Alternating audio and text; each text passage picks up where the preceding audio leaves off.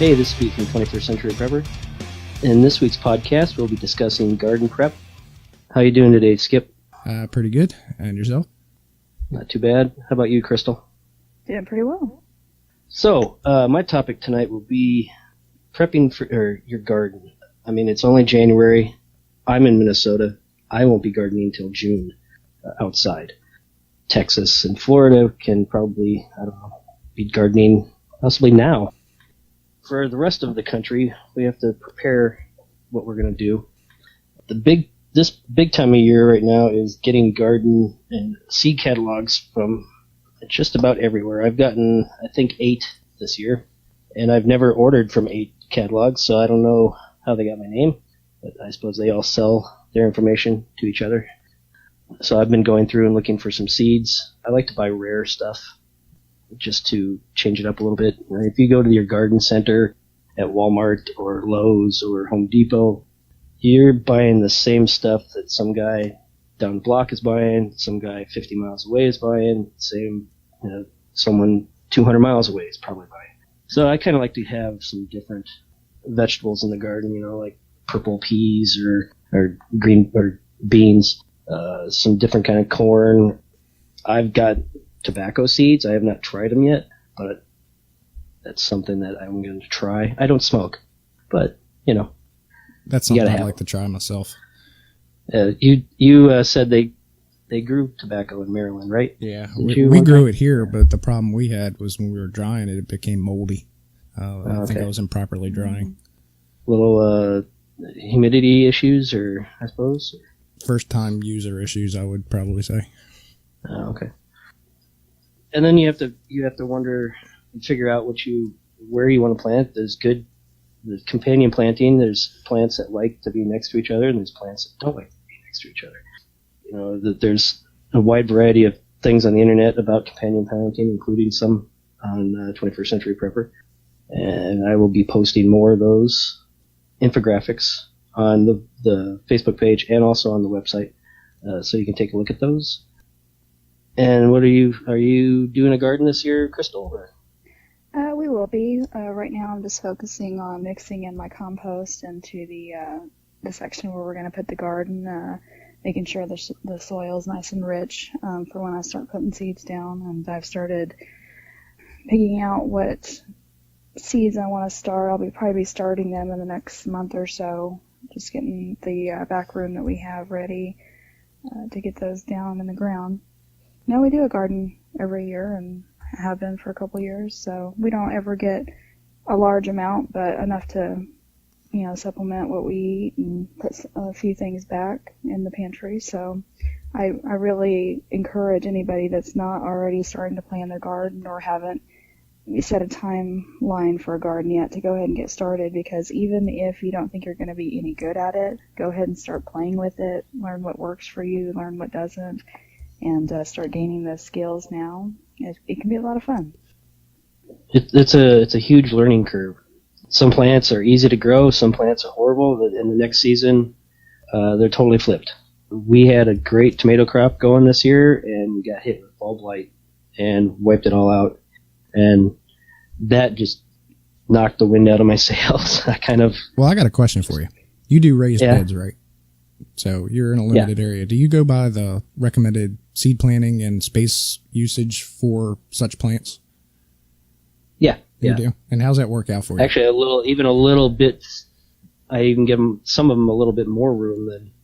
All right, because I've noticed, like with my cantaloupes and watermelons and such, it says it needs say 6 square feet. It usually takes 12. Yeah, I found that too. Yeah. And actually, with watermelon and cantaloupe and that, you got a branch going off. Like the first year I had, it must have been 30 feet long, and it was getting into the grapes, and it was going up the fence, and you can pull them suckers right off. So you keep the plant in a manageable size, and then also, obviously, it keeps the nutrients in the parts that you have left, and then also it improves the fruit that you're going to be getting. Yeah, that's what I do with tomato plants. I trim the bottoms. And all that stuff is edible. Green beans, the whole entire plant is edible, not just the beans. The leaves are edible. Cantaloupe, they got the little spiny things on the leaves, but if you cook them down, it's all the stalk. It's all edible. I had no idea. That's why I kind of joke about people that talk about foraging, because I'm going to get in trouble with some people here. I'm not going to forage my dandelions when I've got cantaloupe leaves in my backyard that are 16 inches across. I'm not going to go digging some stupid little dandelions out of my yard. So and no one else is going to soup. be digging my dandelions out of my yard either. Actually, I'm not going to have dandelions in my yard because I take care of the damn things. But there's so much stuff in your garden that's edible that we don't eat. And I'll be touching on that later as the year progresses with the gardens. It's not just the fruit that it produces or the vegetable that it produces that you can eat. You can eat everything. All right, now I got a question about carrots. Have either of you ever had luck with a damn carrot? No. Yeah, neither have I. I've had some pretty good luck. Like bigger than your thumb? Because that's all I get. Yeah. Yeah, bigger than my thumb. I mean, I would say my index finger, middle finger, and ring finger size. I don't get very many of them, but... I've done everything. I've read every tip and thing that you can imagine over loose soil and even using pine shards in your soil to help so that it's able to push down. I can't get a carrot for nothing. Yeah, I haven't been able to get... and I talked to a woman last year who had a bumper crop of carrots. And she lives like a mile and a half away, and she doesn't do raised bed and whatever. I hate planting those tiny little seeds, because then that's, you get 6 of them in like an inch, and you have to pluck them out, and I hate plucking stuff out. She buys the tape, the seeds on the tape. I gotcha. So I'm gonna try that this year. See, that's what I do. I get the tape, or I make my own and just suck it up and put the tiny little seeds on a roll of paper towel and soak it, and then plant it that way. But I just dropped like 300,000 seeds in a trench and plucked them out when they were sprouted. Yeah, there's nothing worse than doing that. Plus, it just seems like it's wasteful. Yeah. I planted all these, and now I'm pulling 3/4 of them out. Yeah, but like when you grow lettuce, if you I grow a lot of black-seeded Simpson. Well, once you let it go to seed, you get like 600 seeds off of one plant. I think carrots are pretty much the same. Yeah. Yeah. I tried watermelon. I tried what was it, watermelon last year? It's got white flesh.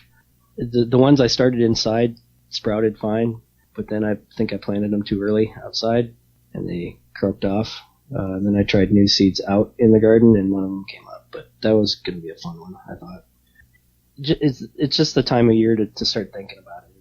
I mean, all of a sudden it's going to be April, and you're like, oh no, what should I do, or where should I do it, and how should I do it? And you can go. I was in a couple big box stores over the weekend, and I have not seen anybody have anything out yet. But then again, it's Minnesota, so we're still selling snow shovels and ice melt. Walmart had their display out when I was there. Oh, yeah, they do? Yeah, we have it all ready to go down here too. Okay. Yeah, we don't up here. I used to work for Walmart, and we'd have to order pools in February, and that was kind of a joke. It's in our back room for 4 months before. As far as whatever else, tools, getting anything you need from last year that you forgot. Hopefully you wrote down stuff. I am notoriously bad for not writing things down, so I'm going to hopefully get on that this year and write down and what's wrong and what I need to do and what I need to get to help out. I had a bumper crop of a lot of stuff last year. Some stuff didn't do well, and some stuff was great, and then my tomatoes crapped out on me, and it just killed me. So See, I lost interest. I'm very unlike you. I'm very set in my ways with my gardening. I grow pretty much the same thing every single year because it's the stuff we use. Yeah. Well, last year was only my second year. Mm. Real second year. 2 years ago, I finally got all the beds in, but some of them didn't get in until almost July. And last year I put in one last bed. I think it was in June, late June. That's the one I tried some lettuce in and whatnot. I got some of it, didn't get the rest of it. But asparagus, I haven't been able to get any asparagus. See, I can grow lettuce year round here. I mean, literally. Well, I had a question, Pete. Okay, so I seem to remember you had a pretty good yield of strawberries. Is that right? Do I remember that right? They were coming up pretty well. The plants were awfully small, and the strawberries were awfully small. I'm not there's something I'm not doing right with them, and that's just a learning curve. My raspberries were phenomenal. It was stupid. I couldn't get rid of raspberries fast enough. Well, because I'm trying to figure out, I have trouble with strawberries too, and I don't know if I'm just not getting enough or buying enough plants to start with, or because I have, my strawberries are, pretty good size, but I only get 1 to 3 at a time off of, a good, I would say 10 plants. So I didn't know if there was any tips that you might have for strawberry growers. I bought mine through Stark Brothers, which is in Missouri, and I think I got 24 plants. And these were the ones in the bed last year. In the one bed were 2 years old, and then there's another bed that was only a year old. There's just something I'm not doing correctly. The plants aren't getting very big, and so the strawberries aren't getting very big. So there's that stuff I just have to do more research in or whatnot. It's hit and miss. Well, with strawberries, we're a huge strawberry producer down here on the shore, and the one thing I know that they want is extremely acidic soil. And if you don't have extremely acidic soil, then that creates issue with the plants. Oh. So you might want to get your soil. Yeah, you might want to get your soil tested for that, because we have so many pine trees here, and the pine shards make acidic soil, so that's why they do really well here. So that's what they like. Okay. I had read somewhere that they like Epsom salt, so I started using some of that and saw a little bit of a good progress, but not anywhere like I thought it should. So I had read somewhere that if you take make troughs and then fill it with your soil, say 2 inches deep, and then put a layer of pine shards and then another layer of soil and then another layer of pine shards. That's how people were growing them in their backyards in mass quantity. Oh, wow. Yeah. I know they really like that acidic soil. Okay. I'm going to try that for sure. We have quite a few strawberry, well, not quite a few. We have a few strawberry producers around here where you go picking, pick yourself. But our soil is because there's so many lakes around here, and some days I'm worried about our house falling in because we're on sand. It's just, so are we. You dig down and it's just sand. It can rain 4 inches. And an hour after it stops, where there was a puddle 2 inches deep, it's gone because it's soaked in that quickly. Areas around here it's clay. That's what we have. Red clay that's me. So. I use raised beds, and it's 100% peat. Everything grows great in it so far. This was a farm field for 130 years, and my backyard was basically where the Pigpen was. So when I tell you that my soil is black as it gets, it really is as black as it gets. Oh yeah, that's some good stuff there. Yeah. It's also why I have to cut my grass every 4 days, which is not my favorite chore in the world to do. No. I don't think it's anybody's. It's fun to watch teenage children do it, but I'll let you know this summer. That's one good thing I'm fortunate with. My kids seem to like planting and working in the garden. So that's pretty nice. It's a nice little family activity to go out there and pick a basket of tomatoes or something. Oh yeah. Yep. So, guess we'll wrap up the garden part here. Just get out there and start thinking about it. Get a piece of paper and figure out what you can do. I mean, whether it's a half-acre garden or 2 raised beds in your side yard or a bucket on your deck. Or even a windowsill. If you can put some herbs in a windowsill, just do something. I'm telling you, you'd be surprised what you can grow. You can grow lettuce in your windowsill and be very successful at it. Oh, yeah. So get out there and get something planted. It's fun to watch things achieve something. It's fun to watch whether it was a seed or even a plant that you went and bought that was already started, and then all of a sudden, a few months later, you're harvesting something. It's cool. So for the non-gardeners out there that are afraid to try something, just try it. I mean, if you fail, learn from your mistakes and do it again. And that concludes this week's 21st Century Prepper podcast. Please join us on our Facebook page and 21stcenturyprepper.com. Also on YouTube and Pinterest. Thank you.